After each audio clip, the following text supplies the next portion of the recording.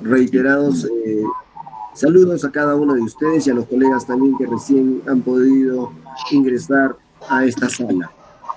Muy bien, colegas, el día de hoy, en cumplimiento a nuestro cronograma de actividades para el presente mes, tengo el honor de presentar a la señora Rosa María Lupa Condori.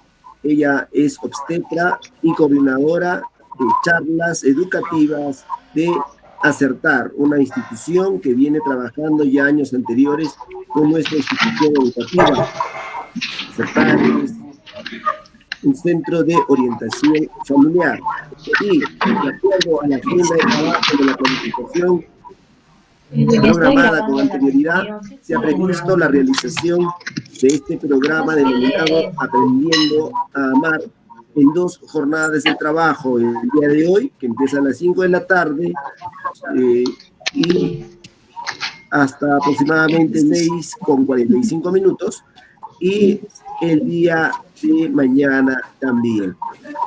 Antes de darle el pase a la señora Rosa María, solo dar un comunicado breve con unos colegas, reiterarles a todos para que puedan enviar hasta el día de hoy, por favor, en la noche, sus planes de las comisiones correspondientes que hemos enviado el día de ayer por WhatsApp. Solo necesitamos revisar las actividades a desarrollar en este segundo tramo.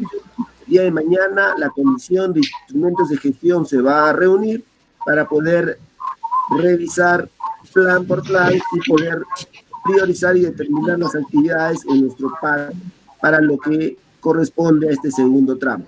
De tal forma que el día lunes 10, que es nuestra segunda reunión general, todos podamos validar y aprobar nuestros instrumentos de gestión. Muchas gracias por su atención. Muy bien, voy a nuevamente a presentar y dar la bienvenida. Profesor Joel, un segundito, profesor Joel, un favorcito. Indique por favor que cierren los micrófonos porque no se está mucha interferencia y no se escucha. Sí, listo, colegas, por favor, cada uno de ustedes, solo con la manito para poder participar, si acaso, de acuerdo a la secuencia, y por favor no interrumpamos, ¿ya? Con nuestros micros apagados. Muy bien, entonces voy a nombre de la institución educativa, dar la cordial bienvenida a la señora obstetra Rosa María Lupa Condori, coordinadora de Acertar referente a charlas educativas. Bienvenida, señora Rosa, adelante. Muchas gracias, profesor, señor director. Para Acertar es un gusto y de verdad estamos muy agradecidos que nos hayan permitido poder conversar con ustedes en estas 2 oportunidades.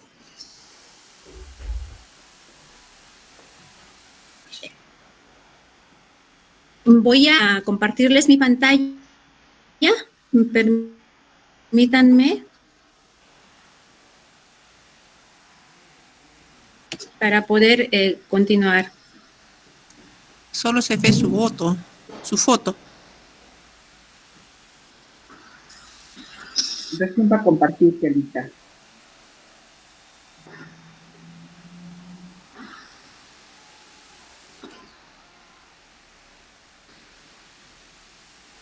Esta tarde nos van a acompañar 2 personas más que me van a apoyar para lo que es el desarrollo de los temas.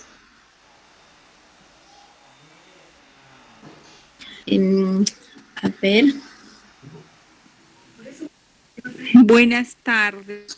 Está un poco lento este servicio.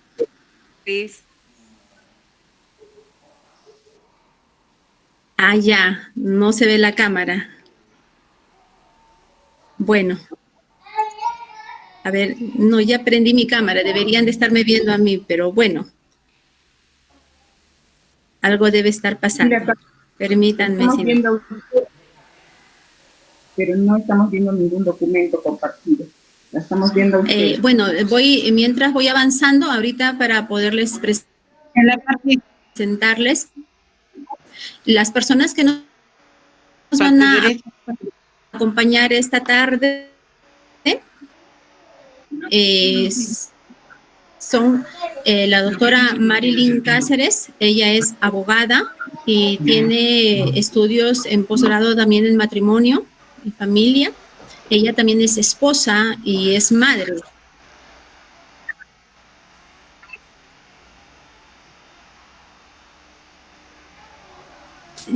Después también nos va a acompañar la obstetra Catherine Arista. Ella es obstetra y está siguiendo una especialización en lo que es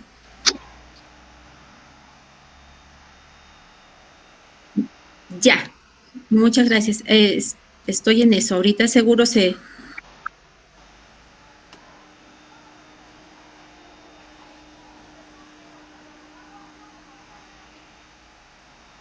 Está un poco lento el internet.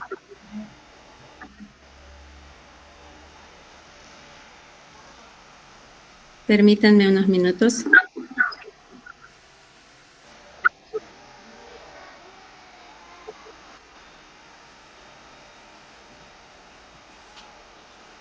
Vamos a apagar 3 máquinas. no le estamos escuchando. No sé si- Bueno, siempre suele pasar este tipo de cosas. Pero bueno, voy a seguir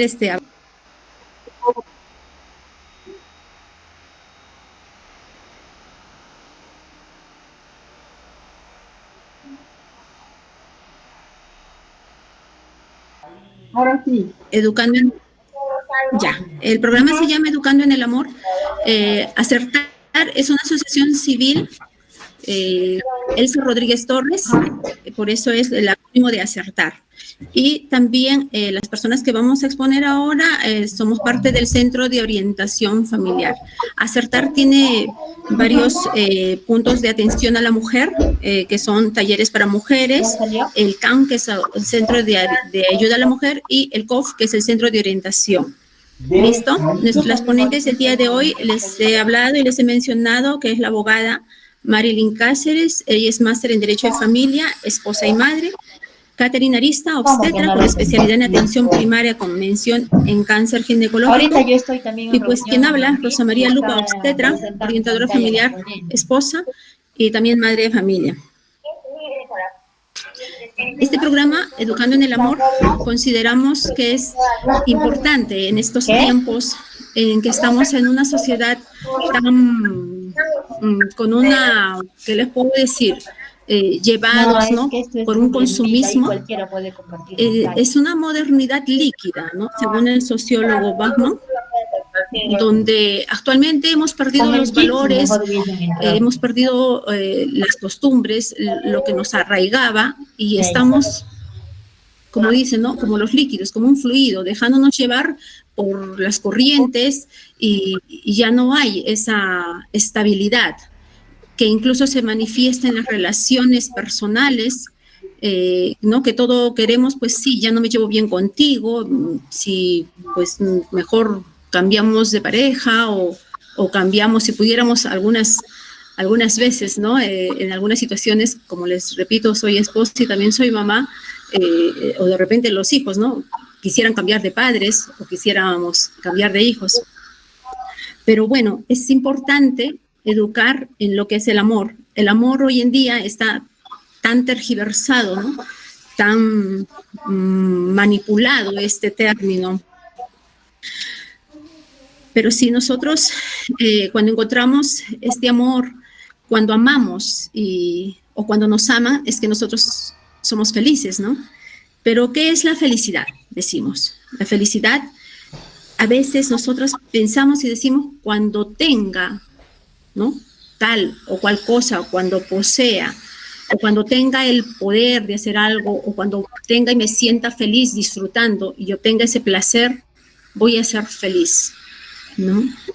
A veces tenemos que tomar presente en cuenta de que esta felicidad no la vamos a poder encontrar ni en el poder, ni en el placer, ni en el tener.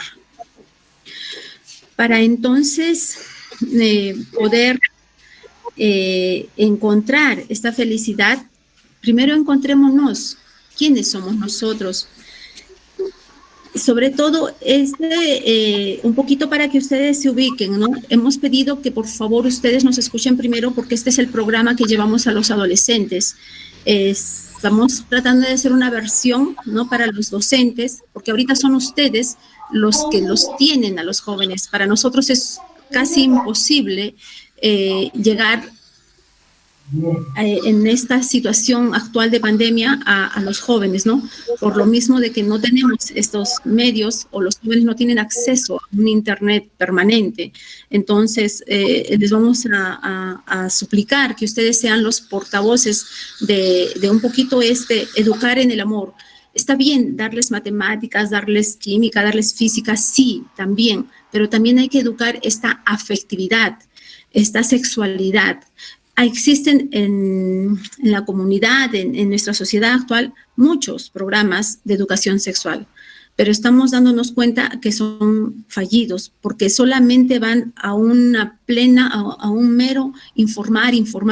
Es más, los jóvenes hoy en día, todos nosotros obtenemos la información así, de rápido, hacemos un clic y obtenemos la información, pero ¿qué es lo que nos está faltando? La formación, que es diferente, no llenar de información, sino de formación. Y muchos de sus estudiantes acuden a ustedes porque tienen problemas en sus hogares y entonces ustedes son esa piedra salvadora, porque el joven está muy carente de este afecto, de esta atención.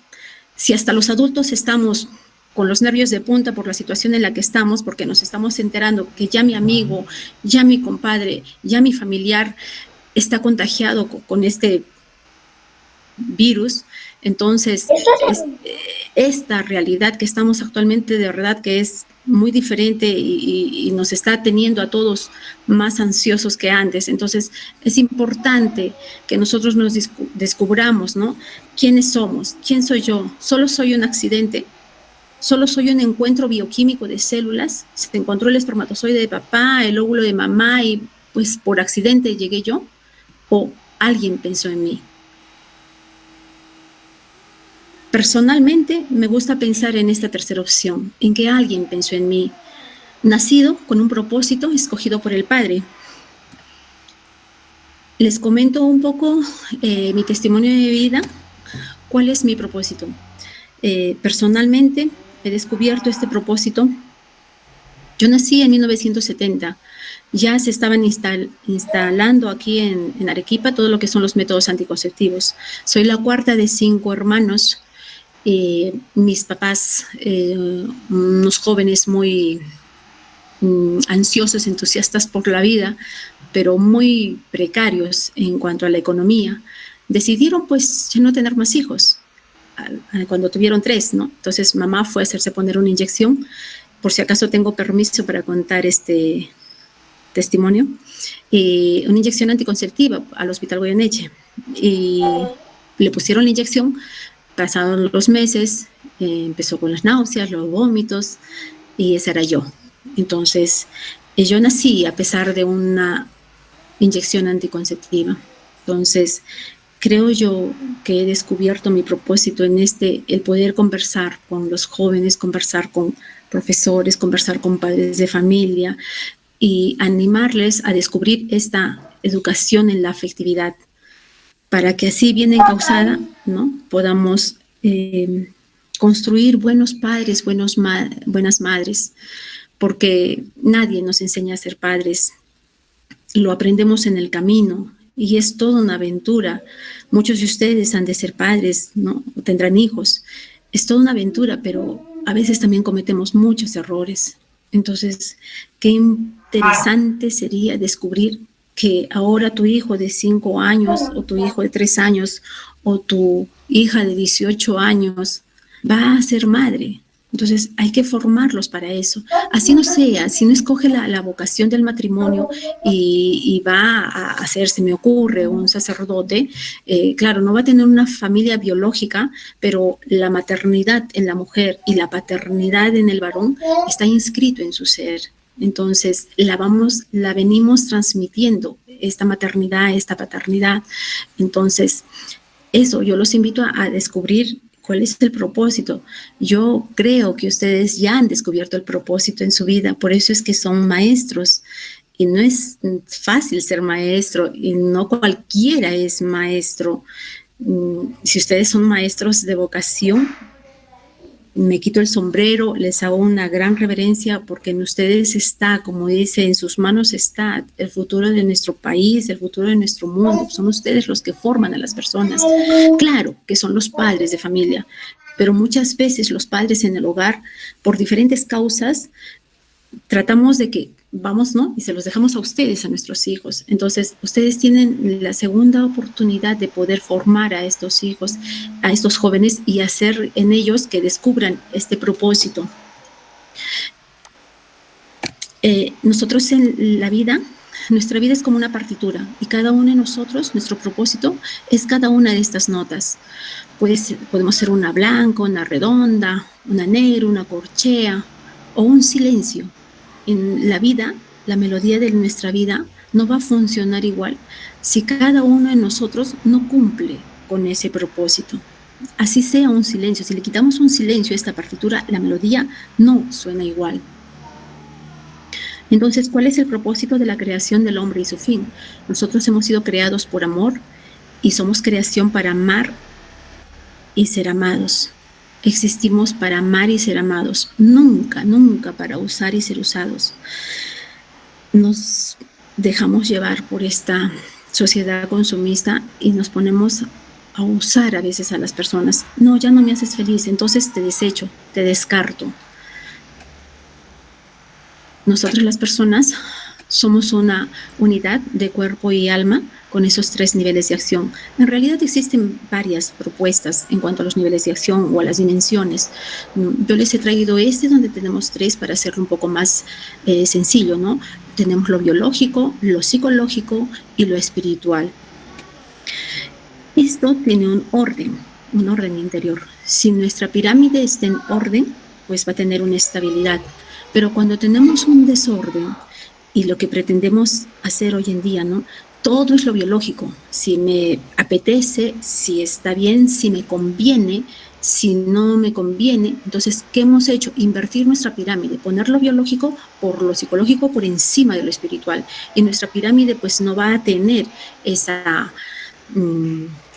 equilibrio. Y quien debe comandar nuestra vida, nuestro ser, nuestra persona, es esa parte espiritual. Nosotros, las personas, tú y yo, somos únicos e irrepetibles. Somos poseedores de inteligencia y de voluntad. Somos libres, con gran anhelo de felicidad. Somos buscadores de felicidad y con capacidad de amar y ser amado. Yo recalco mucho en estos 2 puntos, en los que son la inteligencia y la voluntad. A veces nos olvidamos de esto y dejamos nuestra felicidad, dejamos que nuestra vida en manos de terceros o de segundas personas, ¿no? Que el otro, si el otro hizo algo que me enojó, entonces yo me enojo. O sea, no, somos nosotros los que manejamos esa inteligencia y esa voluntad. Somos buscadores del bien, la verdad y la belleza. Entiéndase la belleza como lo estético en general. No solo estoy hablando de una belleza física.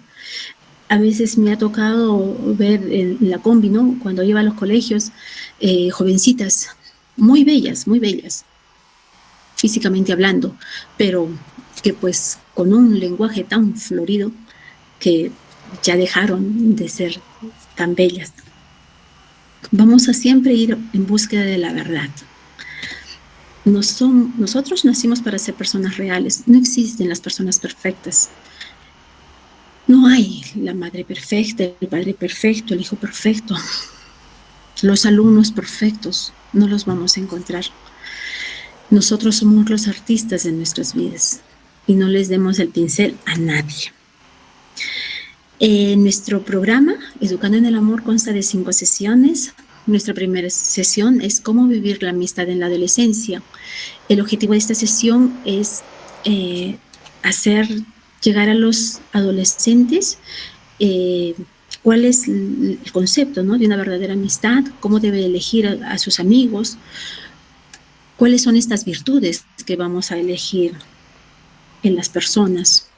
Amistad simple, ¿no? Relación de afecto y simpatía y confianza que se establece entre personas que no son familias. Es un afecto puro y desinteresado. Hoy en día las amistades se marcan, ¿no?, con favorcitos.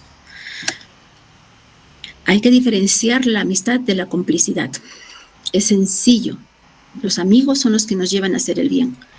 Los cómplices nos van a llevar a hacer lo incorrecto. Entonces, en la vida hay que llenarse de amigos, no de cómplices. Es una mano extendida, una sonrisa que nos anima. Alguien que nos dice, aquí estoy. ¿Cuánta falta nos hace en estos momentos eso, no? Aquí estoy. Estamos tan confundidos, tan asustados, que basta con que alguien nos ponga de pronto en el WhatsApp, no te preocupes, estoy contigo, estás presente en mis oraciones, y ya eso nos alivia, nos va ayudando un poco más. Algunas virtudes para una buena amistad: sinceridad, respeto, confianza. He puesto algunos. Les hago la diferenciación contra lo que son los valores. Los valores son los que están expuestos en la pared. Cuando yo iba a un colegio, no les digo, mire, y casi todos tienen, ¿no?, en sus clases hay valores: puntualidad, respeto, orden, limpieza. Y les digo, ahí están los valores, pegados en la pared, externos a ti.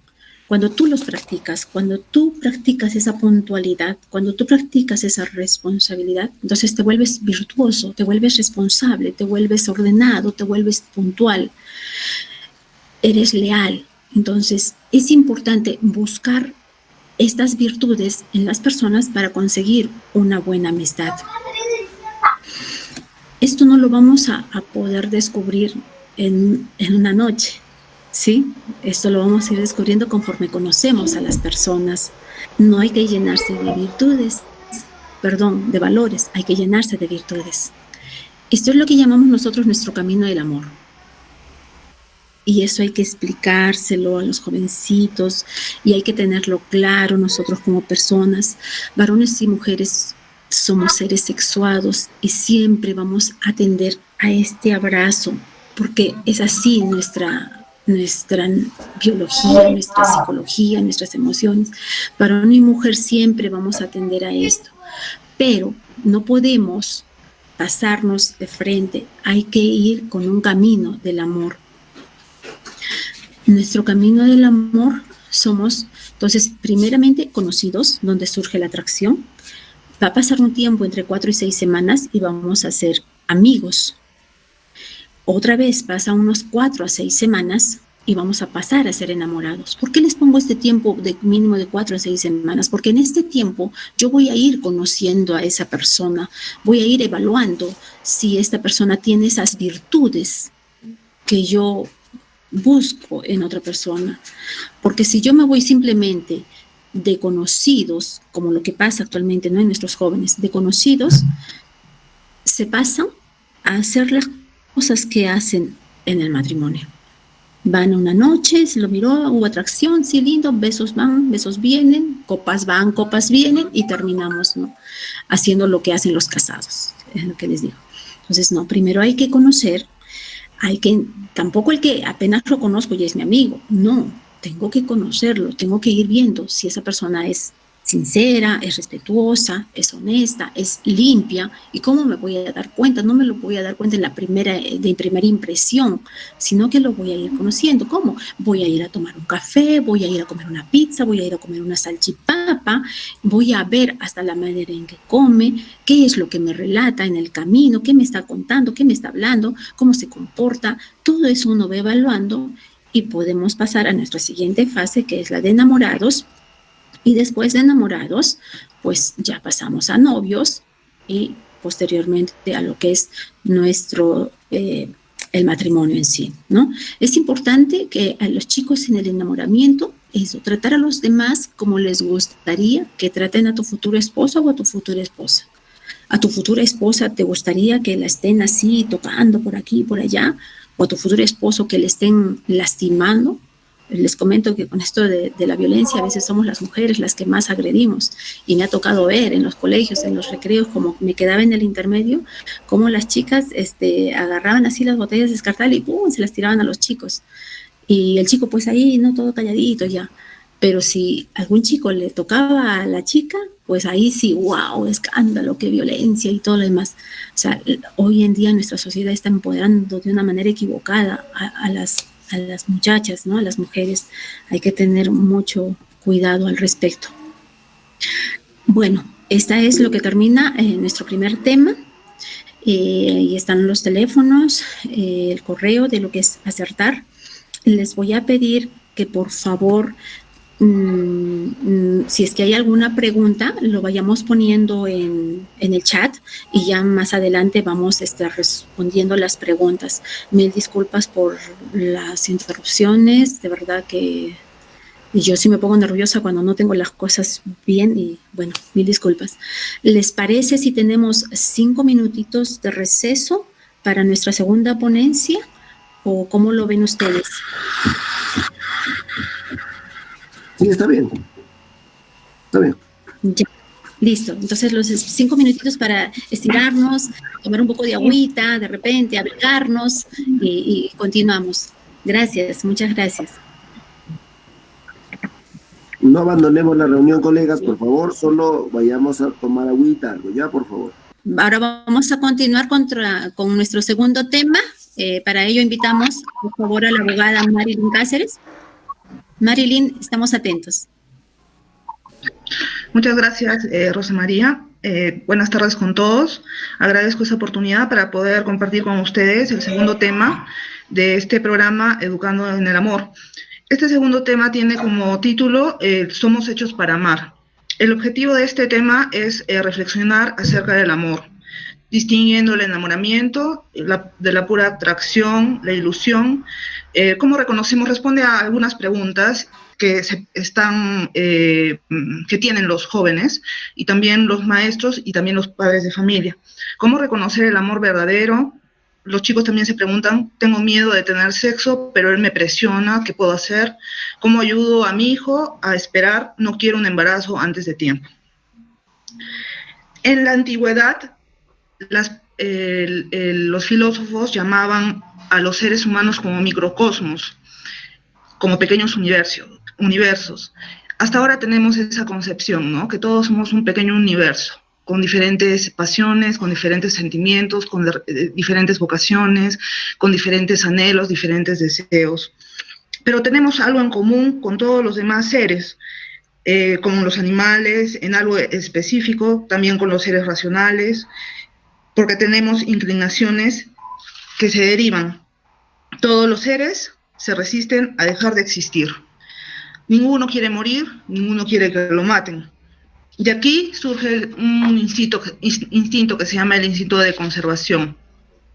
Este instinto se manifiesta en nuestra inclinación a comer, a beber, a defenderse de situaciones externas, ¿no? Cuando, por ejemplo, nos amenazan nuestra integridad física, lo que va a hacer el ser humano es cubrir con sus manos partes importantes del cuerpo, ¿no? Su cabeza, cuando hay un disparo, por ejemplo, ¿no? En materia penal, sabemos todos de que escuchamos un disparo, instintivamente, por ese instinto de conservación, lo que tendemos a hacer es cubrirnos la cabeza, ¿no? Evitar que toquen este órgano que es uno de los principales de nuestro cuerpo, ¿no? Por ejemplo, cuando un bebé tiene hambre, ¿qué es lo que hace instintivamente para que lo atiendan, para que le den de comer? Va a llorar, ¿no? Cuando, por ejemplo, ahora que es tan conocido por todos nosotros, ¿no? En el caso de un virus, cuando un virus ingresa a nuestro organismo, ¿cuál va a ser el instinto de conservación de nuestro cuerpo, de nuestro sistema endocrino? Va a ser inmediatamente aumentar la temperatura de nuestro cuerpo y temblar, ¿no? Esa es una reacción del instinto de supervivencia. Los animales tendemos también a conservar a nuestra especie. De aquí que surge el instinto de unirnos sexualmente con quien pueda ayudarnos a colaborar con este instinto de procreación de nuevas vidas, ¿no? Esto va a dar origen a una institución que es la del matrimonio, y también del amor de padres a hijos y de estos hacia sus padres. Entonces podemos decir de que parte de la vida natural de todo ser racional como es el hombre va a ser parte del instinto de conservación, y esto va a dar origen a una institución que es primordial y que ahora vemos que está muy afectada, que es el matrimonio, ¿no? Las relaciones familiares, las relaciones de convivencia. El matrimonio antecede, no es una institución creada por el hombre, sino que antecede a los estados, antecede a los gobiernos, ¿no? Pero como seres racionales, queremos también tender a conocer a la verdad, ¿no? Nosotros mismos queremos conocer nuestro origen, de dónde venimos, nuestra identidad, buscamos descansar en un bien espiritual, a vivir en sociedad. Ahora que lamentablemente vivimos en esta pandemia, en esta situación tan grave y complicada, cada uno de nosotros está pensando sobre la trascendencia del ser humano, ¿no? ¿Qué hay después de la muerte? ¿Qué es lo que nos espera? ¿He cumplido con los objetivos, la finalidad que yo quería para mi vida? Ver partir a un ser muy querido para nosotros también, ¿no? Nos hace reflexionar sobre todas estas situaciones, ¿no? Y estas son las esferas del ser humano. Eso es un lema que quiero que todos lo meditemos. La alternativa es clara. O el hombre controla sus pasiones y obtiene la paz, o se deja dominar por ellas y se hace un desgraciado. El ser humano, como decía Rosa María, es una totalidad unificada, ¿no? Tiene una inteligencia y voluntad, tiene afectividad, tiene sentidos internos, tiene una sensibilidad externa, instintiva y también un cuerpo, ¿no? Todo esto conforma la totalidad unificada del ser humano. Sin alguno de estos no sería un ser humano. Y si adolece o tiene un problema con alguna área, una esfera de inteligencia o la afectividad o cualquier otra, tiene problemas, ¿no? ¿Cuál es la manera en que nosotros, como seres humanos, vamos a llegar a una armonía de todo este ser, ¿no? La armonía psíquico-fisiológica es esencial en el trabajo del educador, que en este caso somos nosotros los padres de familia, ¿no? O quien hace las veces de esto que nosotros tenemos como ayuda, como pieza clave dentro de la educación, la formación de los niños, es a ustedes, ¿no? Que son los educadores también. Se alcanza de modo natural cuando un niño logra una identificación con el progenitor del mismo sexo, y cuando se siente aceptado por sus padres, hermanos y luego por sus pares del sexo opuesto, ¿no? Cuando hay un problema de identificación, es que se originan ciertos problemas o trastornos, ¿no? Como la disforia de género, como problemas también de adaptación con los pares, también, ¿no? Y con las parejas. Los sentimientos, las emociones, los afectos se arraigan profundamente en la sexualidad. Entonces, por eso es que esta esfera es diferente tanto en el varón como mujer. No somos iguales, no sentimos igual, no juzgamos igual, ni de modo idéntico. Es por eso que surgen muchos bromas acerca de esto, ¿no? Muchas veces nosotras nos quejamos de que ustedes no nos entienden, y es que en realidad nunca los hombres nos van a entender, ni nosotros vamos a entender en plenitud, porque la manera en que nosotros percibimos, sentimos y juzgamos es diferente. El varón tiene afectos viriles y la mujer tiene afectos, emociones, sus sentires son femeninos. Una persona equilibrada y madura no va a presentar conflictividad en este aspecto, ¿no? Salvo que en alguna etapa de su desarrollo, en particular en la adolescencia, presente algunos problemas.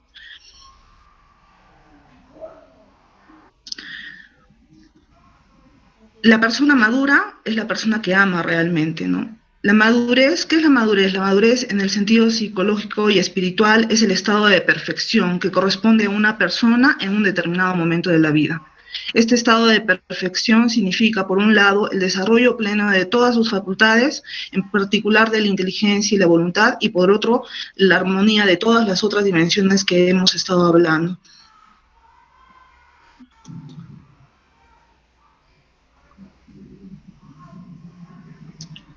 Vamos a ver el tema de las pasiones, que es parte de una de las esferas del ser humano. Las pasiones son los sentimientos, afectos, emociones, estos movimientos de la facultad apetitiva sensible que reacciona ante la percepción de un objeto como atractivo o nocivo por parte de los sentidos internos, y esto va a producir a su vez una condición esencial de la pasión, va a producir una alteración física, ¿no?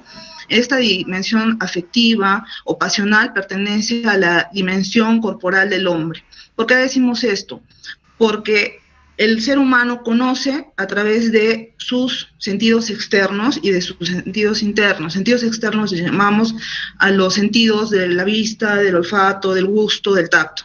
En este tema que estamos abordando, que es de la atracción, de las relaciones de los jóvenes, adolescentes y niños, en algunos casos, cómo es que va a conocer a una persona que le va a gustar a través del sentido de la vista. Generalmente para los hombres a lo que les llama mucho es la vista, ¿no? ¿Qué es lo que ven? A las mujeres los que le va a atraer es lo que escuchan, que le digan palabras bonitas, que le canten canciones, que le digan cosas lindas, que las llenen, ¿no? Entonces, por eso decimos que pertenece a la dimensión corporal, los afectos, los sentimientos, las emociones, ¿no? Pero también, como somos todo un uno, dijimos, ¿no? Formamos una unidad, interactúan otras facultades que son las superiores, que es la voluntad y también la inteligencia, ¿no? Ya sea recibiendo influencia de la inteligencia y de la voluntad, o influencia también de estas pasiones, de estas emociones. Por eso es que el hombre, la afectividad del hombre es un fenómeno mixto, ¿no? En el que convergen estas dos fuentes, la corpórea y también la espiritual. Las pasiones tienen una influencia sobre nuestra alma, sobre la voluntad, ¿no? También puede ser de que cuando una pasión es demasiado fuerte, demasiado intensa, ¿qué va a pasar? Que va a debilitar de repente la esfera superior o intelectual. Es lo que llamamos, por ejemplo, ¿no? Cuando todos comentábamos, ¿no? De una pareja a la que le va mal porque de repente uno de ellos no ama realmente, ¿no? Y vemos, y decimos, ¿no? Es que él perdió la cabeza completamente por ella, ¿no? O al revés, ella perdió completamente la cabeza por ella, y en realidad sí la perdió, ¿no? Dejó que la afectividad, la pasión fuera mucho más grande que de repente la inteligencia, y no le permitió conocer realmente, ¿no? A esa persona. No utilizó la inteligencia, de repente también un tema de voluntad, ¿no? Porque también hay una serie de temores. Se te pasa el tren, dicen algunos, ¿no? Se te pasa el tren y por eso te unes a una persona sin medir qué es lo que realmente, qué es lo que quiero, qué es lo que espero, cuál es mi proyecto de vida, si esa persona quiere participar conmigo. ¿Y qué pasa cuando estas pasiones son demasiado intensas, ¿no? El querer, nuestro querer en función, hablo de la trascendencia de nosotros como personas, va disminuyendo su fuerza, la lucidez, su eficacia, ¿no? Entonces, un hombre que actúa bajo una presión de un ciego impulso interior, esto va a implicar una cautividad del hombre por parte de estas pasiones. Entonces, por eso es la necesidad que de educar las pasiones, ¿no? Educar los afectos. Quien no educa estas pasiones, quien no aprende cómo se realiza el dominio de estas, va a terminar siendo esclavo en un campo determinado, ¿no? Por eso es que regresamos a las primeras diapositivas y decíamos, ¿no? La alternativa es clara, porque vas a tener que decidir. O el hombre va a controlar sus pasiones y va a obtener una paz, una estabilidad del ser, un equilibrio, aprendiendo a dominar ellas, o va a ser desgraciado en la vida. ¿Dónde se originan los afectos? Esta vida afectiva, emocional, sentimental, en el lenguaje vulgar llamando el corazón, muchos dicen, ¿no? Tú me partiste el corazón, me duele el corazón, has roto mi corazón, ¿no? Se refiere a esta vida afectiva, emocional, sentimental. Esta afectividad está en la esfera apetitiva de la apetibilidad humana sensible. los actos que se originan siempre a partir de un conocimiento sensible que puede provenir de nuestros sentidos externos, ¿no? Como les decía, cuando veo a una persona que me agrado, de la memoria de un recuerdo, ¿no? De una fantasía o una imaginación, como los chicos dicen ahora muy comúnmente, ¿no? Es en su lenguaje coloquial, ellos dicen, no, conoceré a mi crush, por ejemplo, en un concierto, ¿no? En mi imaginación, en mi fantasía, voy a conocer al chico de mis sueños. El temperamento, la conformación biológica de la persona, los estados físicos saludables o enfermizos, son solo predisposiciones para nuestros estados afectivos y pasionales, pero no es una causa suficiente para el surgimiento de una pasión, sino que la causa inmediata que va a producir un cambio es la captación de un objeto sensible percibido por estos sentidos, como bueno o como malo para esa persona. O sea, hablando coloquialmente, ¿no? Lo que me parezca, ese bien que me parezca atractivo, va a ser el que va a mover esa pasión, ¿no? Porque me gusta, porque me agrada, o simplemente, en el caso de la atracción física, veo algo o que no me atrae porque es algo dañino, es una persona perjudicial, es una persona que va a traerme problemas o que simplemente, en la amistad me provocó un daño, entonces sé de que de repente no podría iniciar una relación de enamoramiento. Entonces el conocimiento de estas realidades va a producir una atracción o una repulsión, ¿no? Que estas son causadas, como decía, por un apetito sensible, que es la sede de la afectividad, y esto va a generar un movimiento, ¿no? O la atracción o de fuga. Cuando esa atracción se presenta como una realidad seductora que me atrae, ¿no? Cuando es de fuga, cuando es algo temible, ¿no? Que no quiero para mi vida.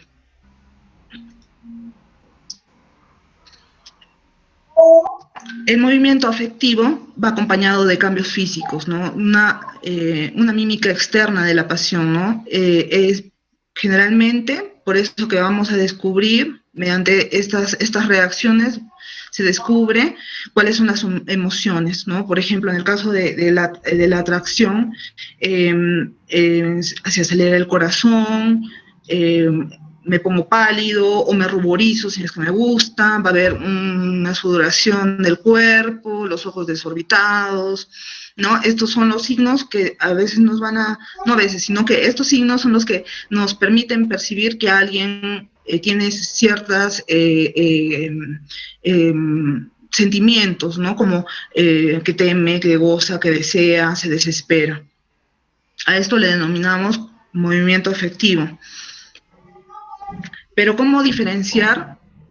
Porque tenemos que diferenciar, ¿no? La atracción de la ilusión, de la alucinación, porque de esto va a depender la toma de decisión, que involucra la parte intelectiva y también la de voluntad, ¿no? Explica Bernoux que la ilusión es una imagen evocada por una sensación presente, pero más viva y precisa que ella, de tal modo que creemos ver lo que en realidad solamente imaginamos, ¿no? Nos sucede, por ejemplo, que al leer tomamos una palabra por otra, creyendo que estamos leyendo lo que en realidad estamos imaginando. En cambio, por ejemplo, la alucinación es una imagen viva y precisa sin objeto correspondiente.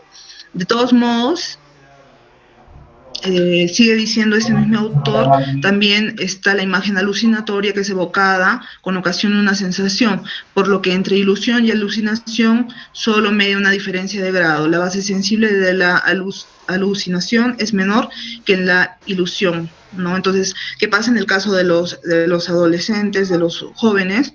De que ellos se ilusionan rápidamente con algo de que para ellos es un apetito bueno, sensible, algo deseable, ¿no?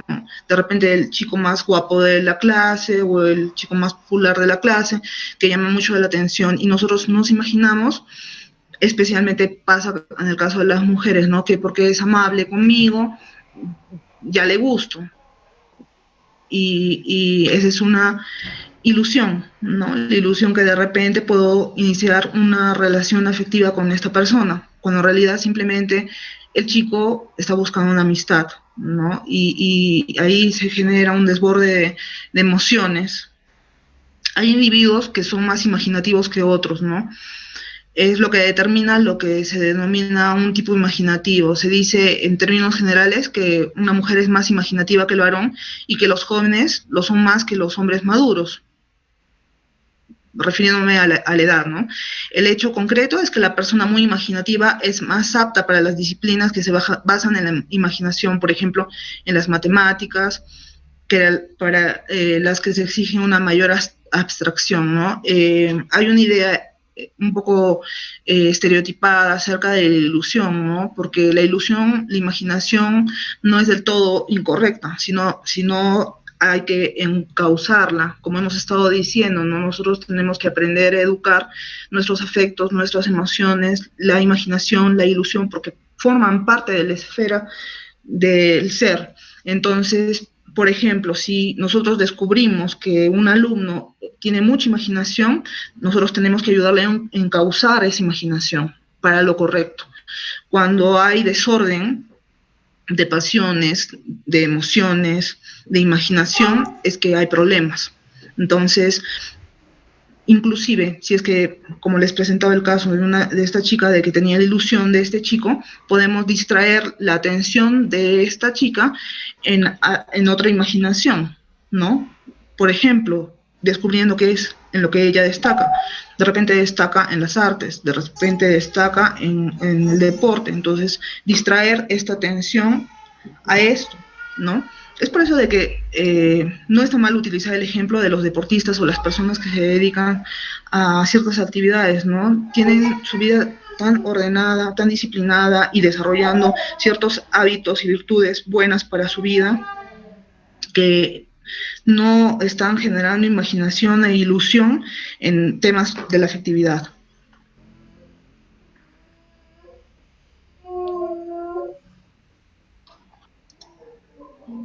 Ahora vamos a hablar del amor.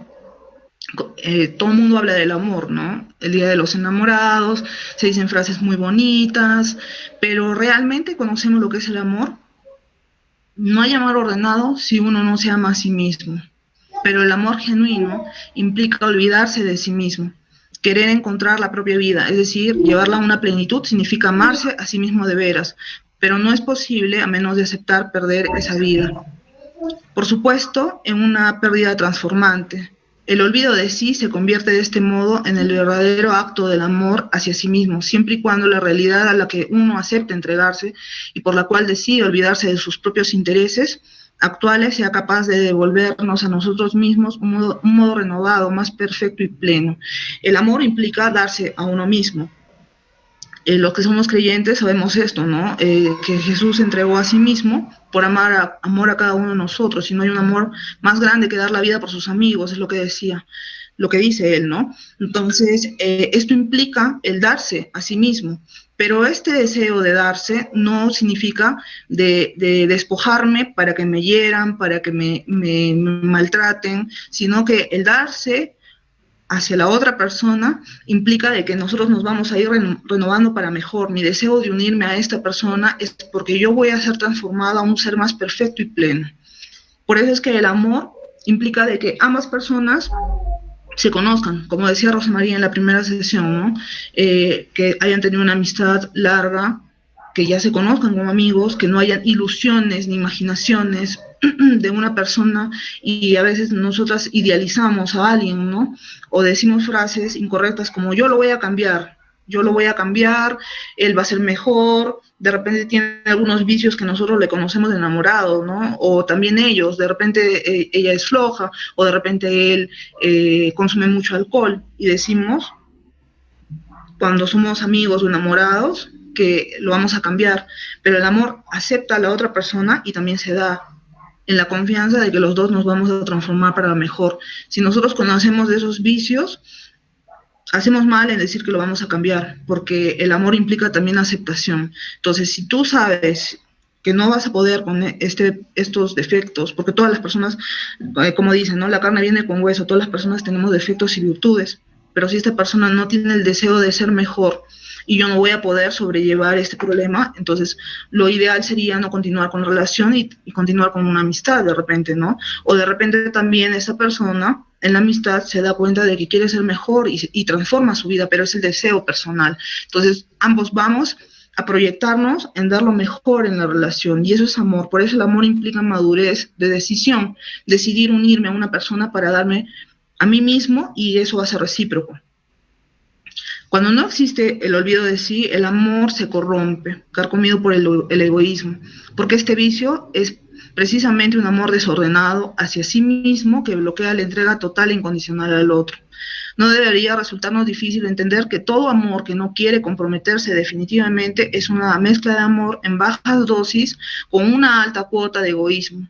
Más concretamente delata el miedo a entregarse. El extremo negativo de esta línea es aquel acto en el que no hay entrega alguna, sino solo la búsqueda y manipulación del otro para la propia satisfacción, ¿no? Y eso es muy, muy usual, de que las personas se dejan llevar por ilusiones, por la emoción, se presentan de una manera, no se muestran como son para atraer a la otra persona, y en realidad solamente lo que buscan es satisfacción de sus propios deseos, de ellos sentirse bien, manipular la situación, y una vez de que ya obtuvo lo que realmente quería, que es el provecho para sí mismo, el deseo egoísta de satisfacción de sí mismo, descargo, desecho, ¿no? La cultura del desecho. Me uno a una persona, la voy conociendo cuando yo soy enamorado, convivo, y como no funciona, la desecho, ¿no? Y en realidad eso no es amor, por eso decíamos, tiene unas altas dosis, una alta cuota de egoísmo y muy poco de amor, mezclado con un montón de pasiones. Vamos a tener acá el termómetro del amor, ¿no? En el extremo superior, que simboliza la entrega total de sí mismo, y en el extremo inferior, que es el provecho del otro en lucro propio. Y entre uno y otro, el extremo del que ama y el extremo del egoísmo, encontramos matices de amores mezquinos y de egoísmos mediocres. Pero nunca esto va a ser tan nocivo, el egoísmo va a ser tan nocivo como cuando se resguarda tras el disfraz del amor, ¿no? Generalmente son los obsesivos compulsivos, los psicópatas integrados, ¿no? Este egoísmo engaña principalmente a la persona que lo experimenta, un amor que todo lo acapara, que todo lo quiere, que no acepta ninguna alegría, ninguna dicha que no proceda de sí mismo, ¿no? En el fondo no es más que egoísmo. Este es un ejemplo, es una frase de una persona a la que yo conocía, ¿no? A mi pareja, mi sufrimiento le duele solamente porque le hace sufrir a él. O sea, en realidad él no siente lástima porque yo lloro, sino porque él le hace sufrir a él. El que yo me sienta mal no le hace sufrir a él, sino que él se siente mal porque no puede obtener algo de mí.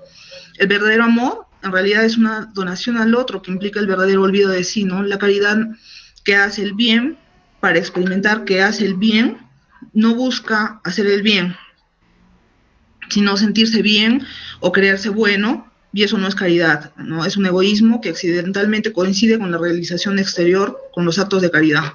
Me explico. Por ejemplo, si yo voy a donar para una persona que no tiene, por ejemplo, zapatos, y yo doy esta donación, pero no por el deseo de ver a esta persona feliz, porque no tiene zapatos, ¿no? Sino porque yo me voy a sentir bien haciéndolo bien, haciendo el bien. En realidad esto es egoísmo, pero se confunde con la caridad, ¿no? Y esto aplicado en el área afectiva, el área del amor, es yo hago esto, yo te trato bien, yo te digo que te amo, pero no porque en realidad me interese que tú te sientas amado, sostenido, querido, sino de que al decirte esto yo voy a obtener algo, me voy a sentir bien por hacerlo, pero no porque yo quiera tu felicidad. Y esta es el egoísmo más nocivo. Si el egoísmo es uno de los vicios extremos que se oponen al sano olvido de sí mismo, es decir, al amor, el otro confín vicioso es, en cambio, una forma degenerada del olvido. Hemos dicho, y estamos hablando de dos extremos, el egoísmo, que les he dado el ejemplo hace un momento, pero también el vicio del olvido, que quiere decir de que me hago daño a mí mismo, tratando de entregar todo, ¿no? En el caso de los adolescentes es, doy mi cuerpo para que me amen. Y esto es muy usual, ¿no? Inician relaciones sexuales antes de tiempo porque tienen miedo a que los dejen, ¿no? Este es el vicioso olvido, que no es otra cosa que la autoagresión. El genuino olvido de sí nace no solo de un gran amor hacia una persona, sino también de un grande amor a sí mismo, tan grande que se entrega para encontrarse transformado en algo más alto. No podemos decir que las relaciones sexuales antes del matrimonio sean buenos, porque esta entrega es con mucho miedo, con mucho temor, porque en realidad no sabemos si va a funcionar o no la relación, pero me entrego, involucro sentimientos, emociones, se rompe esta relación, yo me siento frustrado, busco otra relación, un clavo saca el otro clavo, entonces yo no voy transformando algo a algo mayor, no me estoy amando a mí mismo. Esta autoagresión, la autoagresión del vicioso olvido, no hay un deseo de realizarse, sino de desintegrarse. Aunque tal movimiento se disfrace de una búsqueda del propio yo, como ocurre en quien, por ejemplo, se da la bebida, la droga, el sexo desenfrenado, cualquier otro comportamiento, ¿no? Que ellos creen de que eso los llena, ¿no? La bebida, la droga, el sexo con uno, con otro, con otro. Aparentemente es la búsqueda del propio yo, de la satisfacción, y eso me llena cuando en realidad me estoy destruyendo, ¿no? Quien se droga o se emborracha busca la disolución de ese yo, de ese sueño de placer, que va a ocultar en realidad un gran vacío, ¿no? En mi interior, porque no sé cómo llenar el vacío que tengo en mi interior, que puede ser causado por muchas razones, ¿no?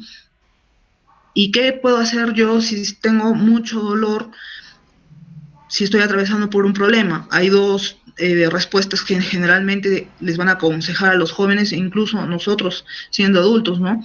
Te dicen, o tú mismo te dices, no duerme mucho, así no tienes tiempo para pensar ni sentir nada.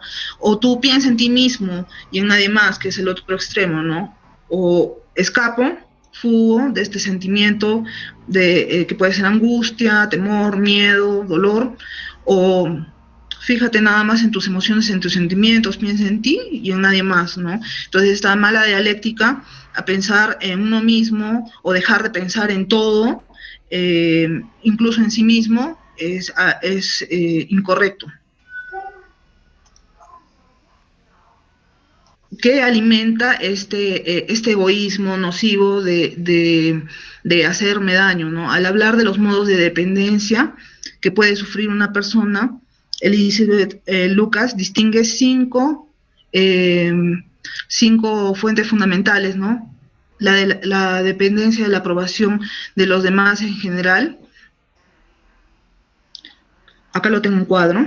Estos 5 modelos de dependencia son la dependencia de la aprobación de los demás en general, que vive pensando que está bien o bueno si se complace a los demás, o mal o malo, lo que ocasiona rechazo, ¿no? Entonces esas personas viven dependiendo de la aprobación de los demás, ¿no? Y para ellos va a ser bueno o va a ser malo dependiendo si causa aceptación o rechazo. Y esto es muy típico en los adolescentes, que buscan hacer cosas buenas para que sea integrado dentro del grupo. ¿Cuál es el peligro de vivir la vida así? Porque recordemos que el carácter de una persona es la suma de los actos, y la suma de los actos van a provocar un hábito, y la suma de estos hábitos van a producir el carácter, el ser, el que tú eres, ¿no? Entonces, si tú vas por la vida haciendo las cosas por esta dependencia de la aprobación de los demás, el peligro va a ser de que puedes ser manipulado por cualquiera, en todo tipo de relaciones, no solamente las relaciones afectivas amorosas. Encontramos otro modelo de dependencia, que es la aprobación de algunas personas determinadas. Depende del cariño o rechazo del padre o de la madre o de la novia o del líder, ¿no? El peligro y estas personas sufren el peligro de ser sometidos. La dependencia de las modas transmitidas por la sociedad, ¿no? Esto es también tan típico. Depende de cómo hoy se visten todos, de todo lo que el mundo dice que es correcto, de lo que todo el mundo hace, de lo que todos dicen, de lo que todos compran, ¿no? El peligro de vivir este tipo de dependencia para tomar decisiones es de ser manejado por ideologías que pueden ser muy nocivas. La dependencia de los estados anímicos propios, que es bueno lo que me hace hacer sentir bien, es malo lo que me entristece o me deprime, ¿no? Y el peligro es de volverse adicto. La dependencia de condiciones arbitrarias que solemos poner nosotros mismos es que piensan realizar determinado acto a condición de que el otro lo haga, ¿no? Haré determinada cosa siempre y cuando él lo haga. Voy a perdonar a alguien siempre y cuando él me pida también perdón. ¿Qué pasa cuál es el peligro de esta dependencia? Va a sofocar la libertad, vas a ser incapaz de querer hacer el bien porque es bueno, porque es beneficioso, aun cuando la otra persona no lo haga.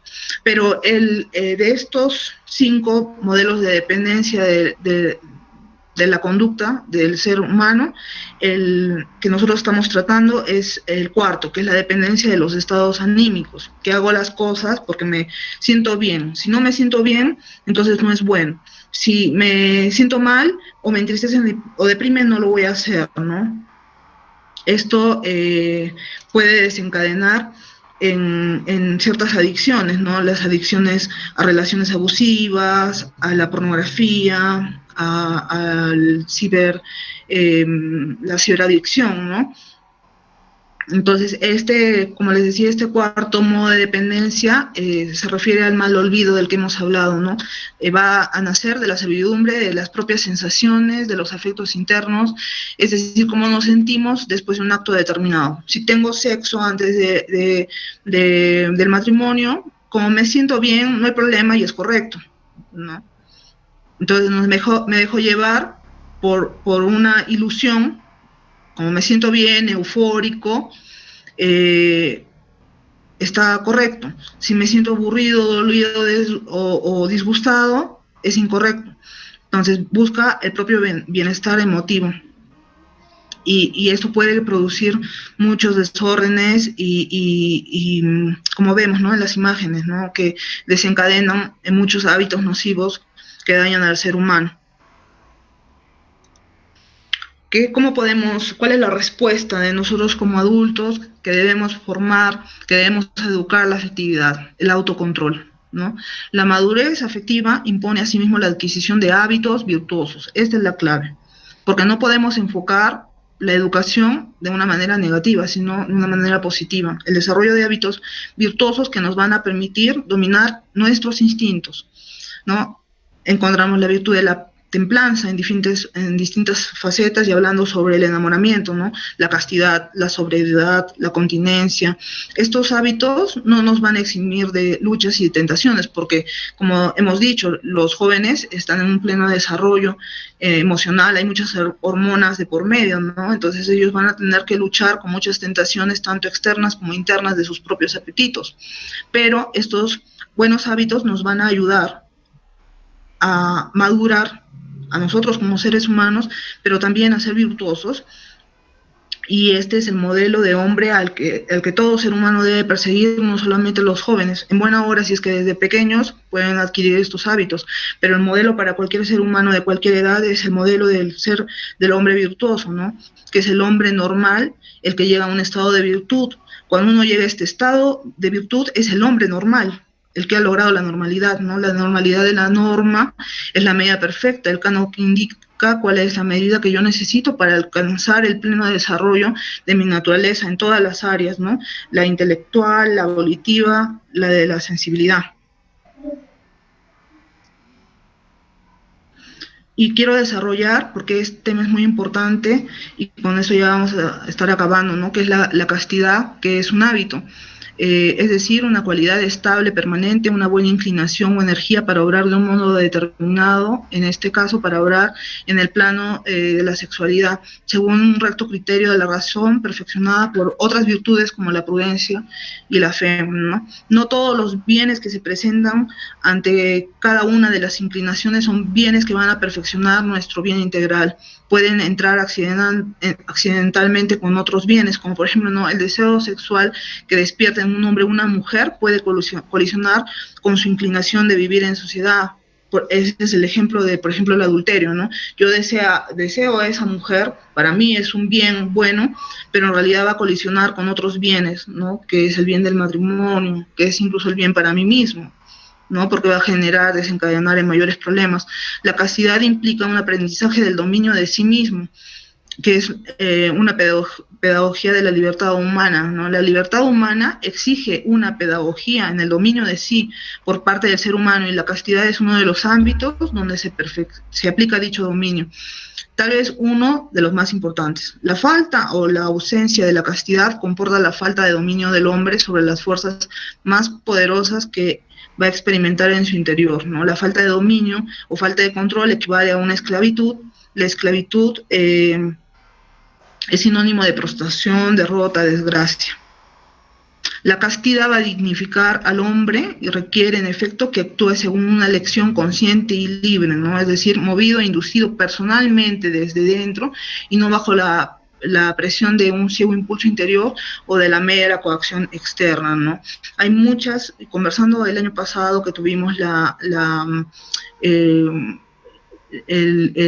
oportunidad grata de estar con los chicos de cuarto, de quinto, de tercero, se me acercaban, especialmente las chicas, ¿no? Al final, y me decían que sentían mucha presión y no sabían cómo decir no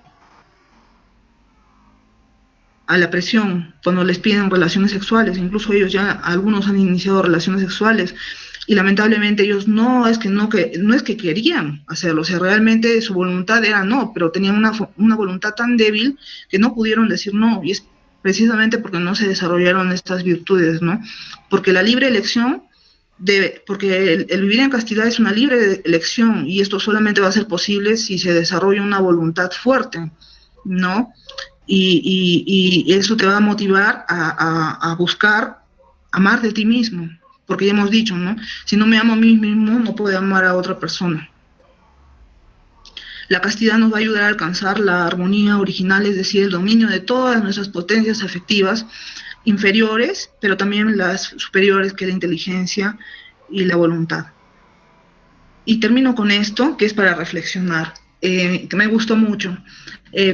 Platón, antes de morir, se va a dirigir a sus discípulos, y Sócrates, que fue su discípulo, uno de los más de los hombres más intelectuales, importantes de la antigüedad, escribe las últimas palabras de Platón diciendo lo siguiente: cuando mis hijos sean mayores, atenienses, castigadlos, causándoles las mismas molestias que yo a vosotros, si os parece que se preocupan del dinero o de otra cosa cualquiera antes que de la virtud, y si creen que son algo sin serlos. Reprochadles, como yo a vosotros, que no se preocupan de lo que es necesario y que creen ser algo sin ser dignos de nada. Observemos que los hombres desde la antigüedad están en la búsqueda del hombre virtuoso, de aquel que no se preocupa del dinero o de cualquier otra cosa antes que de la virtud, es decir, de ser un hombre superior. Y podemos concluir esta sesión con que el amar es una decisión que implica la entrega del ser, y eso nos va a perfeccionar. Solo ama de verdad quien es maduro. El amor se va perfeccionando. El amor implica la perfección del ser en beneficio propio y en especial del otro, ¿no? Y la castidad nos va a ayudar a alcanzar esa armonía original, a dominar todas las potencias afectivas inferiores por parte de la inteligencia y de la voluntad. No podemos dejarnos llevar por las emociones, por las pasiones. Todo nuestro ser va a estar en equilibrio y va a obedecer a la inteligencia si tenemos una voluntad firme. Y eso es todo. Muchas gracias por su atención.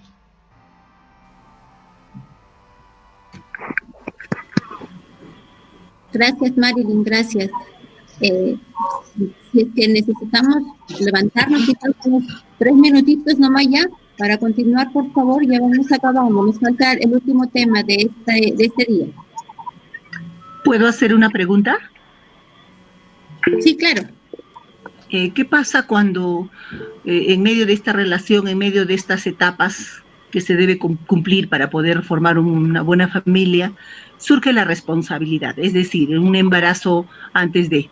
O sea, ¿es posible que después de esa responsabilidad, así los dos la asuman, pueda darse esta etapa en su plenitud, o sea, cumplir todas ellas y poder formar un buen hogar? ¿O qué pasa con esos valores, con esas etapas, con esas 5 partes que es lo ideal, ¿no?, de que se pase para poder recién llegar a la responsabilidad de criar a un hijo? Gracias. Tenemos que entender que las personas pueden desarrollarse en una relación con propósitos comunes, ¿no? Por ejemplo, en esta relación afectiva de 2 jóvenes, adolescentes, nosotros como padres, como educadores, podemos ayudarlos a crecer, ¿no? Y de repente si ellos han tenido una decisión apresurada en un momento de su vida que de repente no era el mejor para iniciar la paternidad, la maternidad, nosotros podemos ayudarlos a desarrollarse.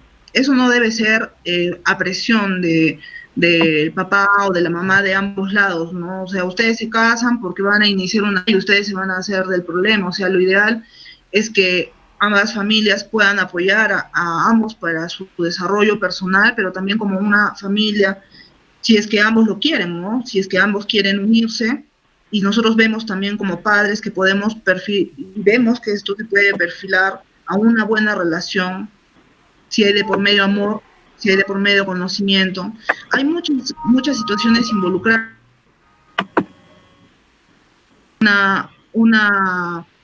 Fue, por ejemplo, ¿no? Una noche de pasión, y en esa noche de pasión se da origen a la nueva vida. Puede ser también de que sean unos enamorados, que son enamorados de tiempo y que ambas familias se conocen y los conocen, ¿no? Entonces habría que ver también cuál es la circunstancia en que se está produciendo, ¿no? Este embarazo. Dependiendo de eso, podemos apoyar a ambos para que puedan desarrollar esta relación, o simplemente cada uno, ¿no? Por su lado, seguir desarrollándose, pero también asumiendo la paternidad, ¿no? De manera responsable.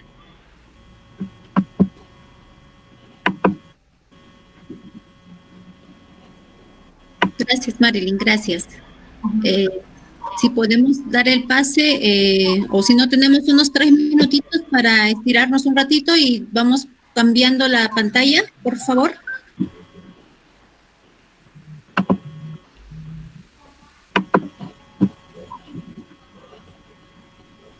Todos. Sí, vamos a tener la tercera sesión que titula La fertilidad, la maravilla de dar vida.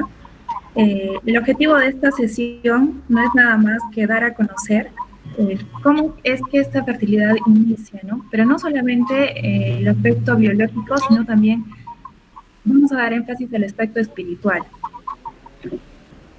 Es importante que conozcamos que la fertilidad se desarrolla por completo y de modo verdaderamente humano, solamente cuando es parte integral del amor con el que el hombre y la mujer se comprometen totalmente entre sí hasta la muerte. Es decir, que esta fertilidad se va a desarrollar por completo dentro del matrimonio, ya en una familia. Como podemos ver, ya desde un punto de vista biológico, vamos a tocarlo primero así, la fertilidad cambia con la edad. Los hombres y las mujeres se vuelven fértiles en la adolescencia después de la pubertad.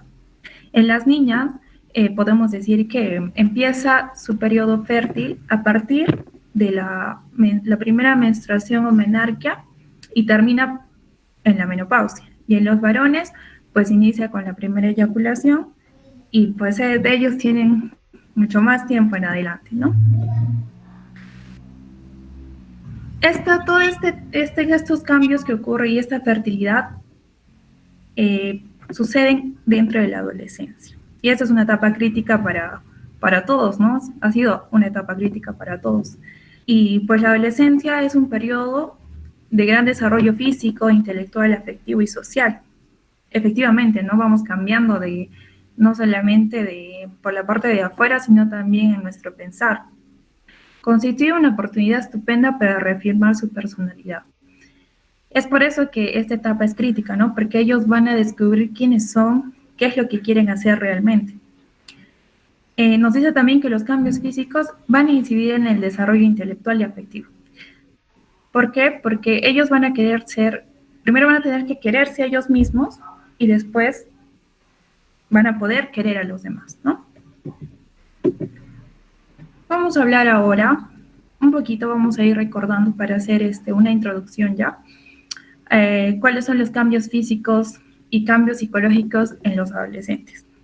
Dentro de los cambios físicos, pues vemos que son bastante diferentes entre varón y mujer, claro que tienen algunos en común, ¿no? En cuanto a la mujer, las mamas crecen, se destacan más los pezones.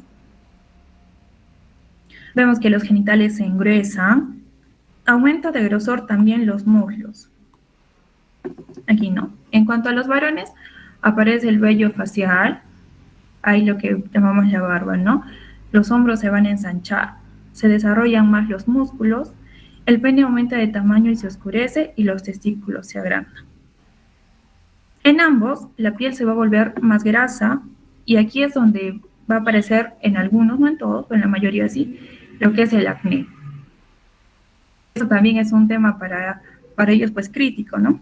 La voz les va a cambiar a ambos y van a aparecer vello en las axilas y también va a aparecer el vello púbico en ambos. Y también va a haber una cantidad más elevada de vellos en las piernas y brazos, ¿no? Vamos a pasar un poco aquí a los cambios psicológicos, que también son importantes. Si bien es más visible los cambios físicos porque ellos lo van a notar, pero les va a dar más intriga saber que algo dentro de ellos también está cambiando, ¿no? Los adolescentes se van transformando lentamente en varones y mujeres. Efectivamente, ¿no? Ya dejan de ser niños y a partir de esa edad pues se van a reafirmar más hasta ser adultos. Su forma de pensar, sus gustos, su modo de ver la vida va a cambiar, porque un niño puede jugar todo el día al lado de la mamá, no se despegan de la mamá. En cambio, ya en esta etapa, pues van a quizás cambiar de gustos a estar con los amigos, a escuchar música, yo qué sé, ¿no? Y sobre todo su modo de ver la vida. Cuando uno es niño, uno no se preocupa por lo que sucede más allá, ¿no? De su casa. Pero ya en ellos va a surgir unas preocupaciones diferentes. Una noción del tiempo muy propia. Esto es muy, muy importante, ¿no? Los adolescentes van a querer todo al instante y van a querer todo ya, ¿no? Mamá, el permiso, ya. Mamá, quiero esto, ya. Ah, pero cuando la mamá les dice, mira, tienes que hacer la tarea, no, mamá, mañana la hago, no, espérate más tarde. Entonces, eso, ¿no? Que ellos van a querer el ya para ellos, pero las demás obligaciones incluso para después. Les cuesta unir causas y consecuencias. Aquí es donde ellos actúan sin pensar en lo que puede repercutir esto incluso en su vida, ¿no? Entrando un poco aquí en el tema de la rebeldía, de que van a incluso desafiar a lo que les dice papá y mamá. Su pensamiento crítico está instalado en los demás. Ellos van a observar todo lo que ven a su alrededor, van a observar tanto a las personas que les rodean, para ver cómo se ven, cómo hablan, qué es lo que les transmite a ellos. Y la emotividad va a estar a flor de piel y le va a dar importancia al sentir. Eso también tiene que ver mucho en el sentido biológico con las hormonas. Van a volverse, o sea, como van a estar en ese cambio, va a haber unos ratos en donde van a estar felices, otros ratos donde van a estar tristes, otros ratos donde van a estar molestos, y a veces son cambios muy, muy rápidos, ¿no? Y van a estar allí, pues, y esto a veces genera en la casa, pues, un choque, ¿no? Entre papá e hijo, que estaba molesto, que estaba triste, bueno, ¿no? Van a tener el afán de ser aceptados, no solamente por su grupo de amigos o su entorno social, sino también por la familia. Que ellos se vean como que inmiscuidos, que se vean comprometidos con la familia, ¿no? Tienden a ser impulsivos, sí, porque actúan de forma que para ellos no, como por decir, no son inmortales. Actúan sin pensar en lo que pueda suceder. Y buscan gratificación inmediata. Buscan que se les premie por lo que hacen y se les reconozca los logros o a lo que ellos puedan llegar, ¿no? Es importante entender esto, entender y a la vez educar en esto. Tanto ir de la mano, pues, no, adolescentes, esta etapa de la adolescencia tiene que ir de la mano con los padres, ¿no? Pero aquí tenemos algunos otros cambios, ¿no? Los adolescentes ya no aceptan tan fácilmente todo lo que dicen los adultos y se sienten incomprendidos. Y esto de repente, bueno, yo que hace un tiempo atrás también, ¿no? Yo pensaba que yo tenía toda la razón y que lo que me decían mis padres, pues, estaba todo mal, ¿no? Pero ya cuando uno logra la madurez, pues entiende de que lo que a veces te dicen los padres y en ese momento no te parecía, pues era lo mejor, ¿no? La relación de amistad con personas del mismo sexo les ayuda a identificarse con ellos mismos y eso les permite conocerse mejor. Es por eso también que ellos van a ver, no van a juntarse con, si son mujercitas, van a juntarse con otras chicas, van a ir observando, ahí es donde se activa su pensamiento crítico. Son varones también, ¿no? Los amigos toman un rol más importante que la familia. Esto por el hecho de que en la familia se sienten que no los entienden. En la familia se sienten como aburridos y ellos tienden más como que, o creen más que es más divertido estar con los amigos que son de la edad, que pasan lo mismo que ellos y que se entienden.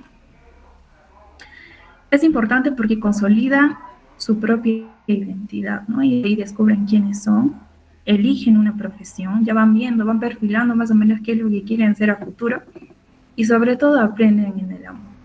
Y esto es importante porque justamente, ¿no? Nuestras charlas, educar en el amor, pues hay que saber educar a los hijos, pero dándoles los conocimientos, diciéndoles cómo es, pero a la vez también presentándoles la otra parte, ¿no? La parte espiritual.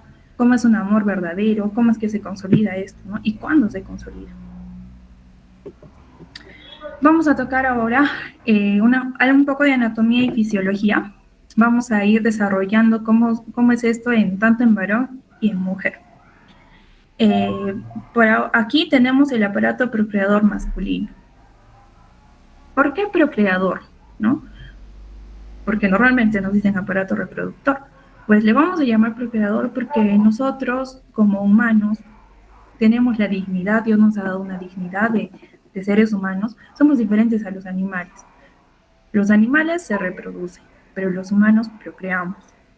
Y es por eso que le vamos a llamar aparato procreador masculino, ¿no? Aquí vemos que este aparato procreador masculino está conformado por el pene, está conformado por la uretra, sale también la orina. Por ahí tenemos también a los testículos, tenemos el epidídimo, que es donde se van a producir los espermatozoides, y en los testículos se van a almacenar. Eso está unido a la vesícula seminal por medio del conducto deferente, y también tenemos acá la próstata, ¿no? En cuanto a la mujer, en el aparato procreador femenino, vemos que tenemos por acá la vagina, el cérvix o cuello uterino, el útero propiamente dicho, los ovarios y las trompas de falopio. Vamos a hacer un poco de énfasis y un poco más de hincapié aquí en el aparato procreador femenino, pues es aquí donde a las mujeres Dios nos ha dado esa misión, ese don tan maravilloso de poder, con la ayuda del varón, poder crear vida, ¿no? Entonces, hay que definir aquí algunos términos que son importantes, ¿no? Como tenemos la ovulación.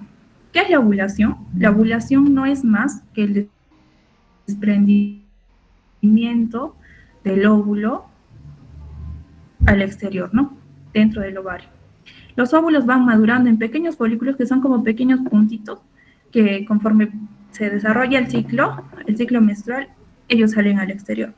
Solo un óvulo por mes de eclosión, es decir, que solo sale un óvulo por mes y se va intercalando, ¿no? Este mes del derecho, el siguiente del izquierdo, el siguiente del derecho y del izquierdo. Aquí también hay que tener en cuenta que nosotros, desde que nacemos, tenemos los folículos contados, los óvulos contados, por así decirlo, ¿no? Nacemos aproximadamente con 1 millón de folículos que conforme vamos creciendo, digamos, a la pubertad, se van reduciendo, digamos que a 300,000, ¿no? Y solamente de esos 300,000 maduran nada más que 300, o sea, ¿cuánto se ha reducido, no? Y como les digo, nosotros nacemos con la cantidad de folículos que vamos a tener toda la vida, no se aumenta más, ¿no? Ahora, también hay que entender qué es fecundación. La fecundación es la unión del óvulo con el espermatozoide aquí en el tercio externo de la trompa de falopio, ¿no?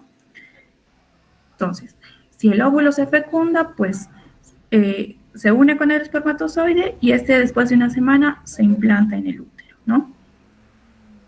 Si es que no hay fecundación, si es que no se fecunda, el útero tiene una capita que se llama endometrio, ¿no? Que es lo que va a anidar. Entonces, si es que no hay fecundación, este endometrio se cae. se cae y a eso es lo que llamamos menstruación, ¿sí?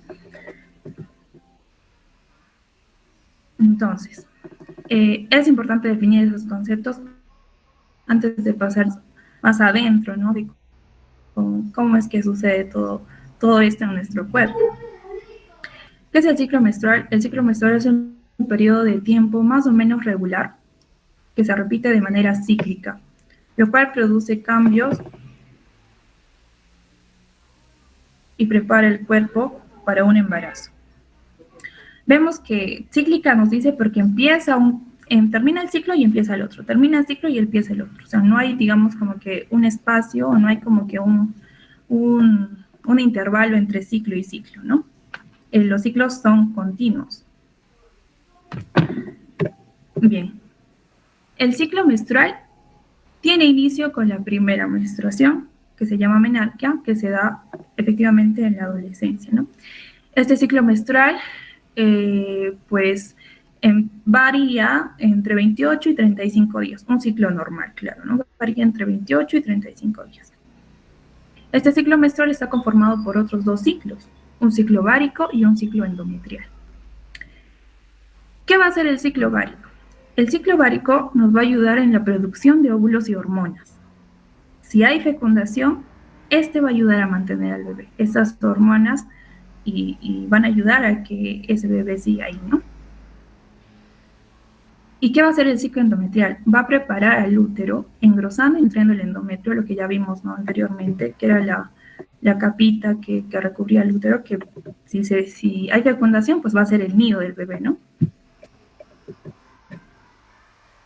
Ahora sí vamos a tocar lo que es el ciclo menstrual propiamente dicho, ¿no?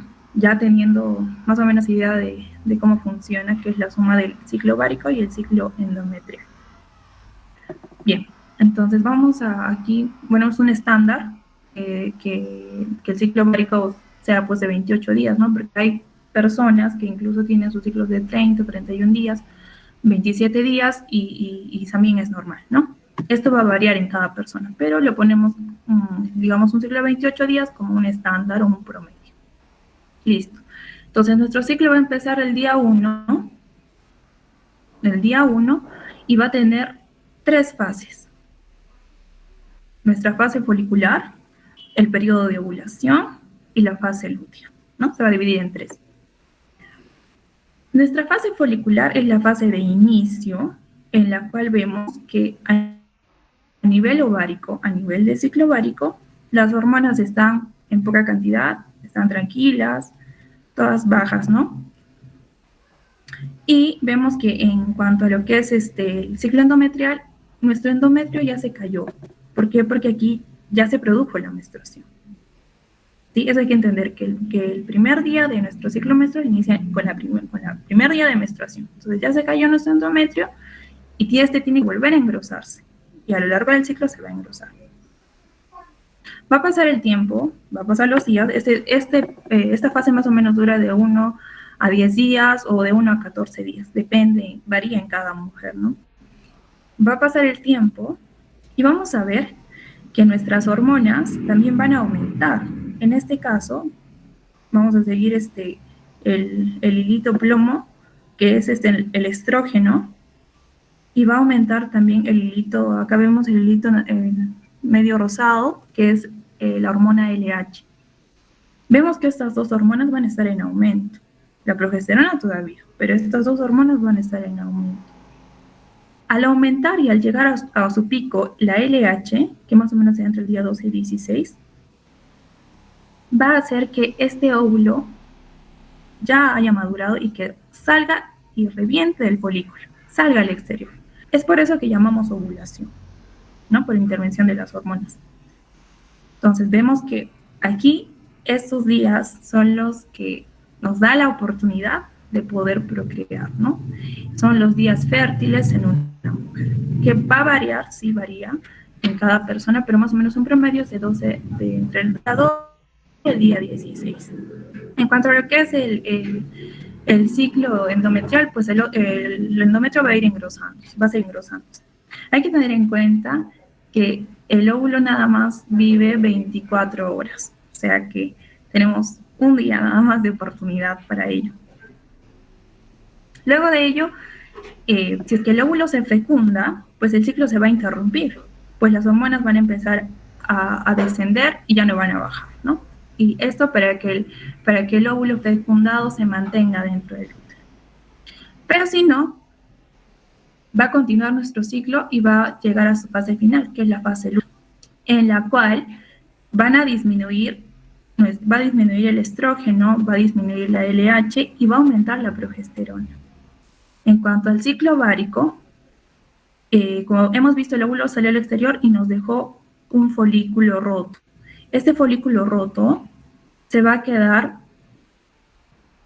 y hasta el final para ser eliminado junto con lo que es el endometrio, ¿no? Aquí vemos que el endometrio se ha ido engrosando más, y como no ha habido fecundación, disminuye la progesterona y se cae el endometrio.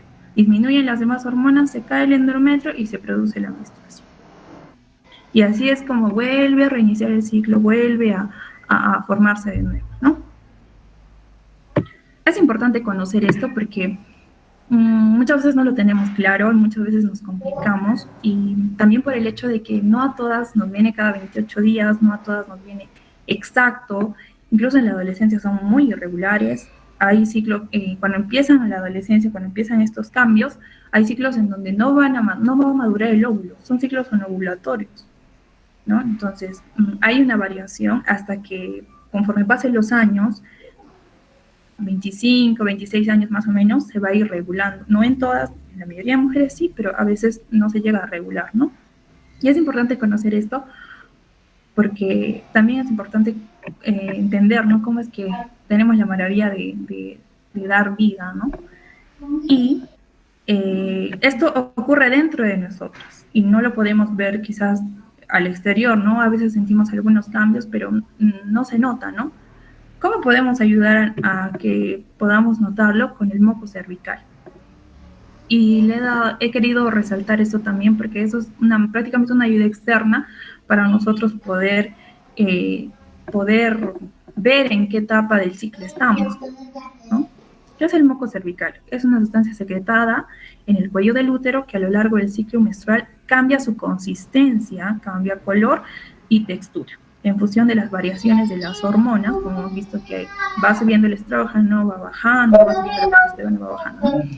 que se caracterizan a cada fase del ciclo menstrual. Vamos a explicarlo acá mejor. Acá tenemos nuestro ciclo menstrual, más o menos del día 1 al día 10, 12, 14, pues están en nuestro periodo donde ya se ha producido la menstruación, ¿no? Entonces, al producirse la menstruación, este moco no lo vamos a notar mucho. No va a ser muy notorio. Más o menos a partir del día 12, ya en la ovulación, este moco va a ser más filante, más transparente y va a ser como la clara del huevo. Y se va a notar más, porque lo vamos a notar ya quizás manchando la truza y se va a percibir por la mujer, ¿no? Ya después en nuestro último periodo, que es en la fase lútea, pues este moco cervical va a ser más espeso. Muchas veces lo vamos a notar un poco más blanquito, un poco más amarillito, ¿no? Y justamente aquí, el que sea más filante en la ovulación hace que los espermatozoides puedan avanzar, puedan abrirse el camino y puedan nadar entre este moco y ayudarse a llegar allí, ¿no? Para fecundar.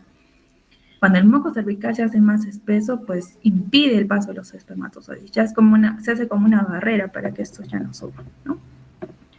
Entonces hay que también conocerlo.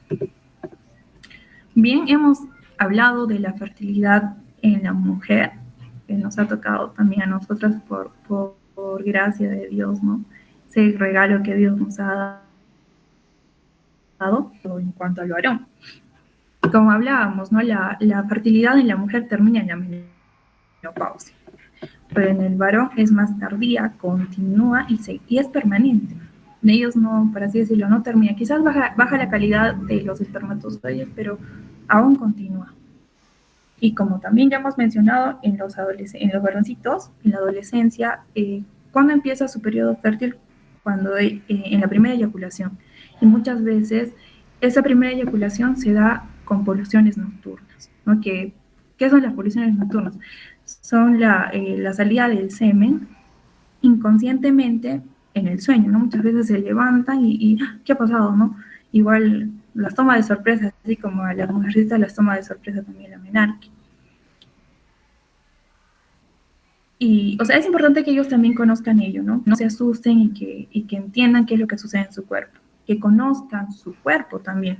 Pero aquí en esta etapa la masturbación no es obligada. De hecho, vamos a hablar posteriormente un poco, vamos a tocar un poco más a fondo la masturbación, pero eso hay que entenderlo, que la masturbación en esta etapa no es obligada.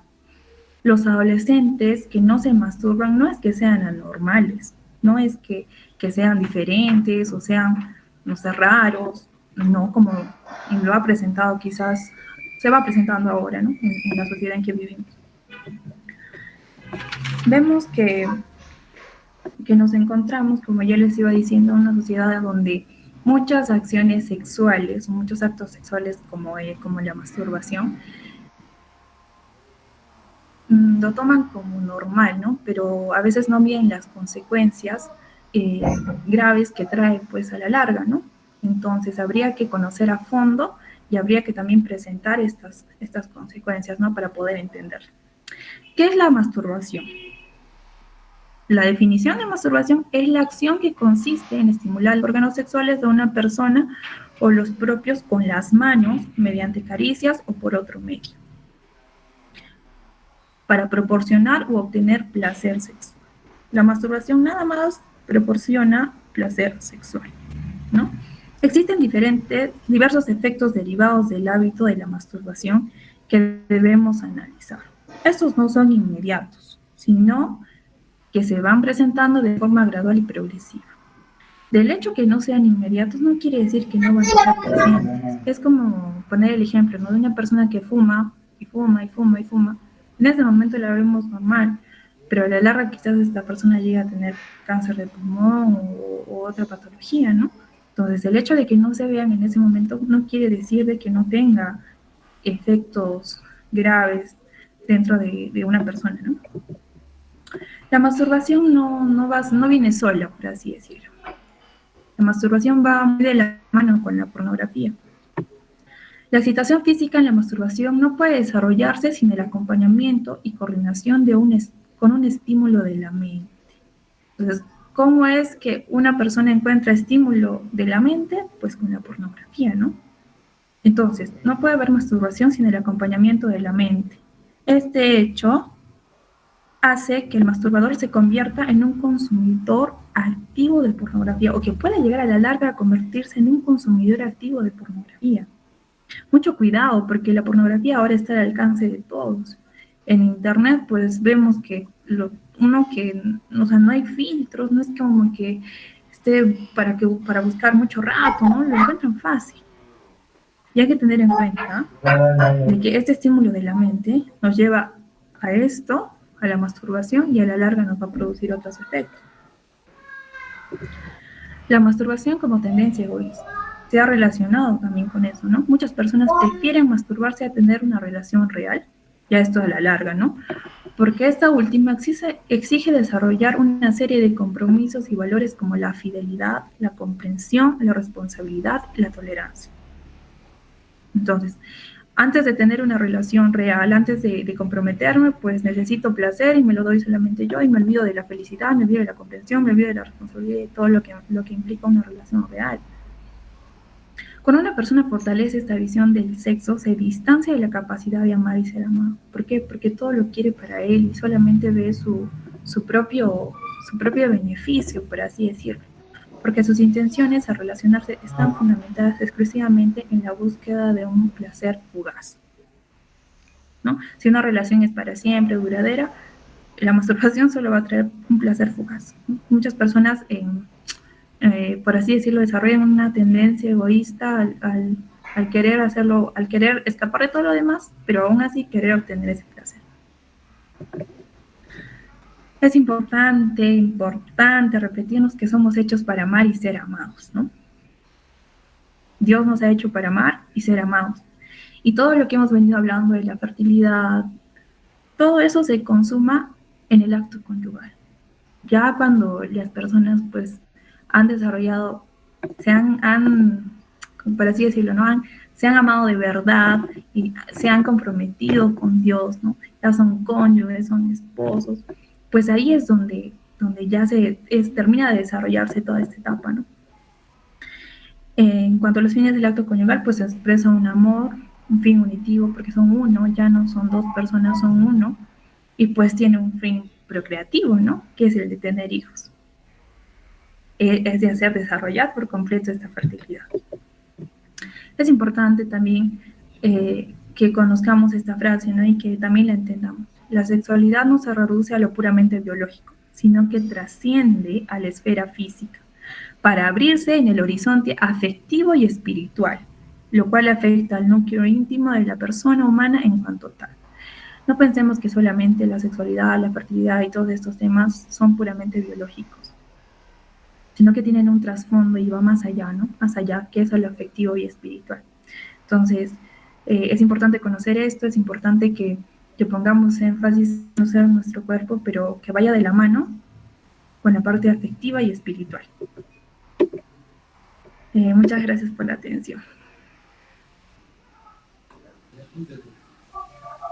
Gracias, Katicita. Muchas gracias. Bueno, si es que hay algunas dudas, estamos dispuestas a poder servirles. Ya nos hemos pasado un poquito de la hora, pero bueno, vamos con ánimo. Es una jornada un poquito interesante.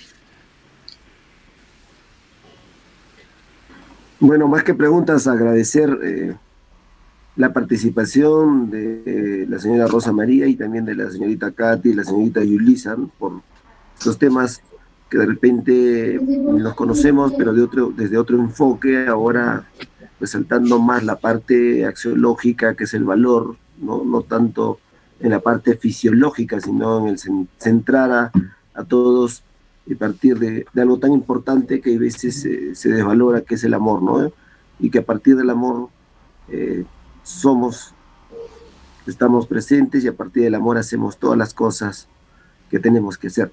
No sé, la sala está abierta, colegas, para las preguntas que ustedes puedan hacer.